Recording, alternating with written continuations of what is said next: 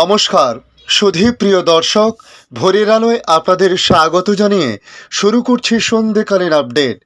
অসহ্য গরমে নাজেহাল দক্ষিণবঙ্গের মানুষ। গ্রাম থেকে শহর প্রত্যেকটি জায়গাতে যেন আগুনের ঝলকানি। দক্ষিণবঙ্গের জেলায় জেলায় ইতিমধ্যে সতর্কতা জারি করেছে আবহাওয়া দপ্তর। আজকের মতো আগামীকালও একই পরিস্থিতি থাকতে পারে বলে জানানো হয়েছে। তাহলে ঝমঝমিয়ে বৃষ্টি কবে নাগাদ হতে পারে, আজ বৃষ্টিপাতের সম্ভাবনা আছে কিনা জানাবো, থাকলেও বা কোন কোন জেলায় রয়েছে, তার সঙ্গে বাংলাদেশ আবহাওয়া দপ্তর তাদের নতুন আপডেটে কী জানাচ্ছে অবশ্যই তুলে ধরবো এই ছোট্ট ভিডিওর মাধ্যমে। তার জন্য সম্পূর্ণ ভিডিওটি দেখার জন্য অনুরোধ করলাম। দক্ষিণবঙ্গে বিগত 50 বছরে রেকর্ড ভেঙেছে তাপপ্রবাহ।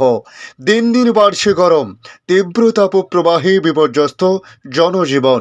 কোথাও লাল তো কোথাও আবার কমলা সতর্কতা।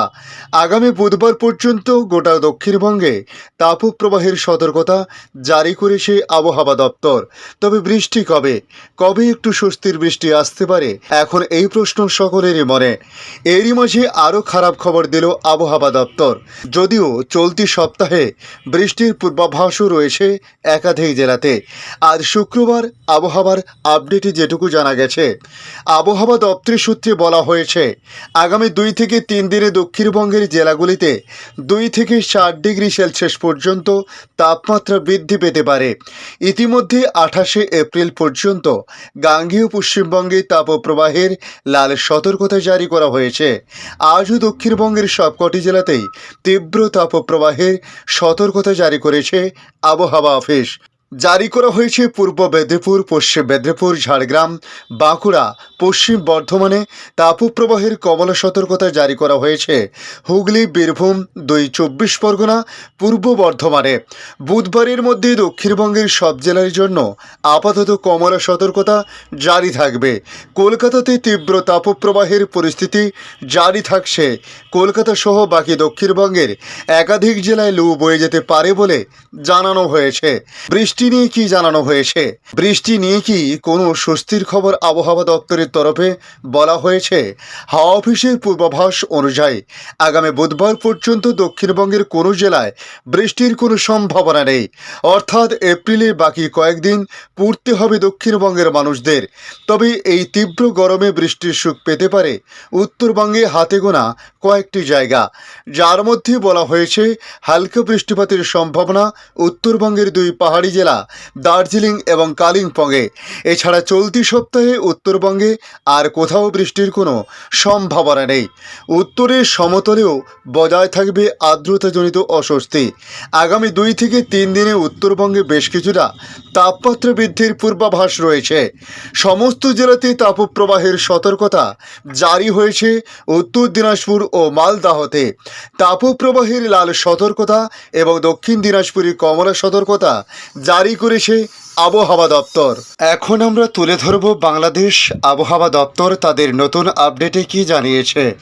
ইতিমধ্যে বাংলাদেশ আবহাওয়া অধিদপ্তর থেকে পাওয়া ঢাকা, রাজশাহী, চট্টগ্রাম, খুলনা, বরিশাল, ময়মনসিংহ ও সিলেট বিভাগের আবহাওয়ার সর্বশেষ সংবাদ প্রতিবেদন তুলে ধরে তারা জানিয়েছে, পশ্চিমী লঘুচাপের বর্ধিতাংশ ভারতের পশ্চিমবঙ্গ ও তৎসংলগ্ন এলাকায় অবস্থান করেছে। বৃষ্টিপাতে বলা হয়েছে চট্টগ্রাম ও সিলেট বিভাগের 2-1 জায়গায় অস্থায়ীভাবে দমকা ঝোড়ো হাওয়া সহ বৃষ্টি বা বজ্রসহ বৃষ্টি হতে পারে এবং সেই সাথে কোথাও কোথাও বিক্ষিপ্তভাবে শিলাবৃষ্টি হতে পারে।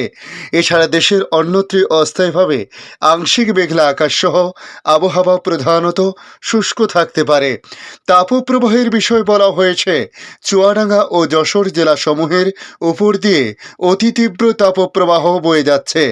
টাঙ্গাইল, ফরিদপুর, গোপালগঞ্জ, মানিকগঞ্জ, রাজশাহী, পাবনা, দিনাজপুর ও নীলফামারী জেলাসহ খুলনা বিভাগের অন্যান্য জেলার উপর দিয়ে তীব্র তাপপ্রবাহ বয়ে যাচ্ছে এবং ঢাকা, মাদারীপুর, কিশোরগঞ্জ, নরসিংদী, বগুড়া, নওগাঁ, সিরাজগঞ্জ, রংপুর, কুড়িগ্রাম, পঞ্চগড়, ময়মনসিংহ, মৌলভীবাজার, রাঙ্গামাটি, চাঁদপুর, ফেনী ও বান্দরবান জেলাসহ বরিশাল বিভাগের উপর দিয়ে মৃদু থেকে মাঝারি ধরনের তাপ তাপপ্রবাহ বয়ে যাচ্ছে এবং তা অব্যাহত থাকতে পারে বলে জানানো হয়েছে। তাপমাত্রা বিষয়ে বলা হয়েছে, সারা দেশে দিন এবং রাতের তাপমাত্রা প্রায় একই রকম থাকতে পারে। জলীয় বাষ্পের আধিক্যের কারণে অস্বস্তিভাব বিরাজমান থাকবে বলে জানানো হয়েছে। ধন্যবাদ সম্পূর্ণ ভিডিওটি দেখার জন্য। ভালো লাগলে লাইক শেয়ার কমেন্ট করবেন। কমেন্টে অবশ্যই জানাবেন আপনার এলাকার নাম। বর্তমান সেখানকার আবহাওয়ার পরিস্থিতি কী রয়েছে তা জানাতে ভুলবেন না। পাশাপাশি নতুন বন্ধুদের কাছে রিকোয়েস্ট করব, চ্যানেলটি সাবস্ক্রাইব করে রাখুন, তাহলে পরবর্তী আপডেটগুলি অতি সহজে আপনাদের কাছে পৌঁছে যাবে। ভালো থাকুন, সুস্থ থাকুন। ধন্যবাদ।